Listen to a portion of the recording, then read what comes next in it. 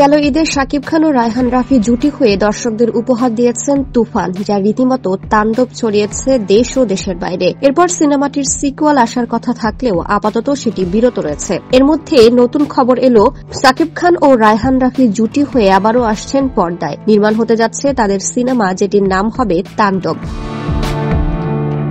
গেল শনিবার বাংলাদেশ চলচ্চিত্র পরিচালক সমিতিতে সিনেমাটির নাম নিবন্ধিত হয়েছে বলে নিশ্চিত করেছেন এফডিসি পরিচালক সমিতির মহাসচিব শাহিন সুমন। তিনি জানান, শনিবার নতুন একটি সিনেমার নাম পরিচালক সমিতিতে নিবন্ধিত হয়েছে, যেটির নাম তাণ্ডব। এটির পরিচালক রায়হান রাফি।